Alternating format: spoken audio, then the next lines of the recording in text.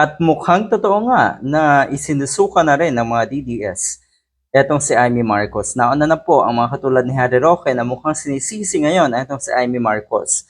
Una pa lang daw, alam mo na yan, alam mo na kuno na nagda-drugs ang pamilya ni Marcos Jr., bakit sinuportahan mo pa rin ang Uniteam? Bakit inendorso mo pa rin ang Uniteam? Sana daw nagsalita ka bago pa man maaresto si Digong para hindi na nangyari ang lahat. At eto makikita mo talaga sa mga pananalita ni Amy Marcos. Katulad nga ng sinabi na itong si Senator Ping Lacson na mas nakakaawa sa kalagayang yon etong si PBBM dahil matindi po yung birada ni Amy Marcos. Hindi talaga makatao yon. Sarili mong kapatid, gaganyanin ka.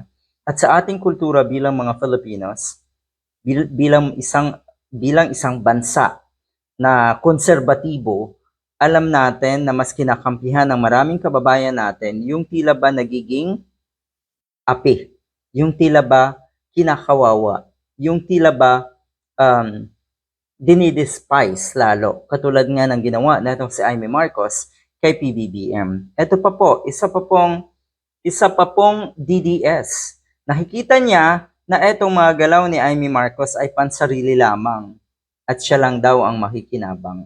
Yan po ang nakikita rin natong DDS na si Panelo. Umpisa nang ibabasura si Amy Marcos ngayong di umubra ang inaasahan ng mga Duterte na magpapabagsak kay PBBM.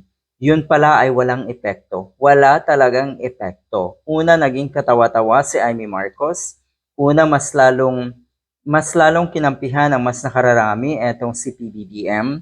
At pangatlo, yun na nga, na-discover na itong mga DDS na pansarili lang ang iniisip na itong si Amy Marcos. Lahat ng kanyang binitawang salita ay para sa pansarili niyang kapakanan. Ganyan din po ang sinabi ng pamangkin niya na si Congressman Sandro Marcos. Nakakahiya, hindi iyon asal ng isang totoong kapatid. O ngayon, ang tingin daw ng mga DDS kay Amy Marcos, manggagamit, basura. Kaya isinusuka ngayon ng mga DDS etong si Amy Marcos.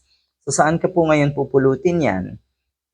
Sa bandang huli sana, pamilya at pamilya pa rin ang pwede nating maging kakampi. Pero sa puntong ito, talaga lang, agad-agad kang tatanggaping muli ng mga binalahura mo na kapatid mo, mga pamangkin mo, at kahit siguro yung mga anak mo.